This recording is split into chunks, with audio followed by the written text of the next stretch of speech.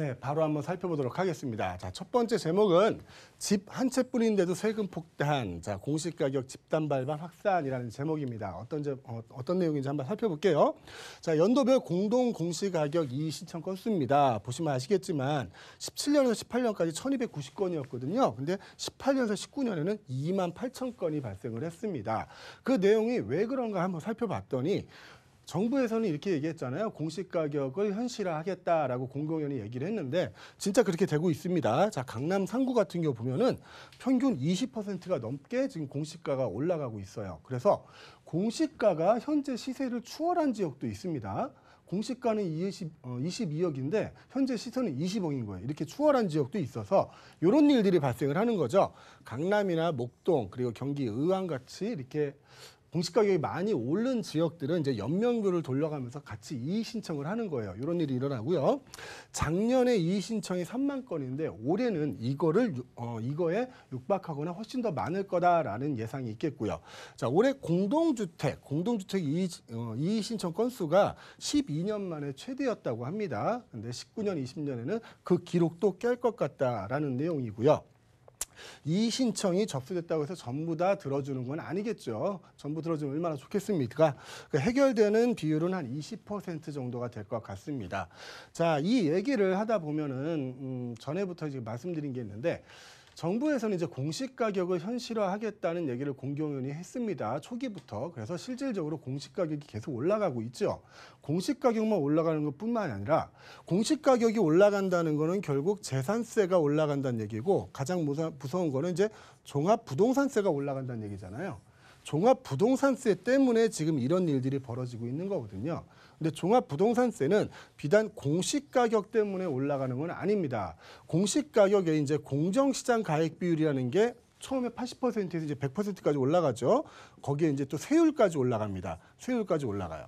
그래서 이 종합부동산세를 납부할 수 있는 조건들이 모두 올라가는 거예요. 그래서 집을 한 채만 가지고 있는 분들도 대표적인 부유세인 종합부동산세를 내야 한다는 겁니다. 얼마 전에 말씀드렸다시피 서울 중위권 아파트 가격이 9억을 넘어섰습니다. 중위권 아파트 가격이. 그러니까 9억을 넘어선 아파트가 50%가 넘는다는 거예요. 내가 집을 한 채만 가지고 있어도 대표적인 부유세를 내야 한다는 겁니다. 자, 공시가율을 올리는 거 좋아요. 현실화시키는 것도 좋습니다. 하지만 이 고가주택에 대한 기준은 20년 전에 그 가격 그대로거든요. 고가주택에 대한 기준 또한 현실화했으면 하는 바람입니다. 자, 마지막은 검단의 반전, 청약열풍 3대 포인트라는 제목입니다.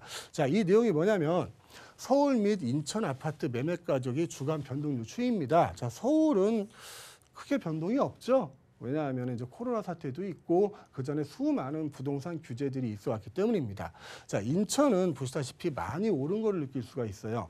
자, 검단이라고 하면은 대표적인 미분양 지역이었습니다.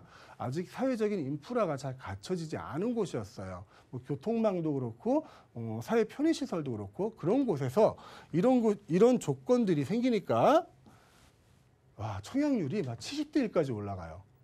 자, 첫째, 비규제 지역입니다. 비규제 지역이어서 분양권의 전매가 가능합니다. 전매가 가능하고 분양가가 상한제 적용을 받지 않아요. 그리고 인천이다 보니까 서울에 비해서는 상당히 저렴한 분양가를 가지고 있습니다. 그리고 또 이 3기 신도시에 검단이 포함됐잖아요. 자, 검단에 대한 이제 교통 호재들이 발표됐습니다. 그러다 보니 청약 경쟁률이 엄청나게 올라간 겁니다. 검단 청약 경쟁률이 막 50대 1, 70대 1, 와, 상상도 할 수 없었거든요.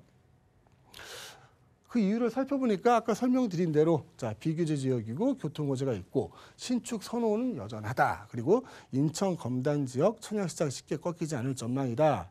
자, 얼마 전부터 제가 인천 지역의 아파트를 여러 번 말씀을 드렸습니다. 남들이 다 쳐다보고 있는 그 지역은 규제가 가해지고 있고요.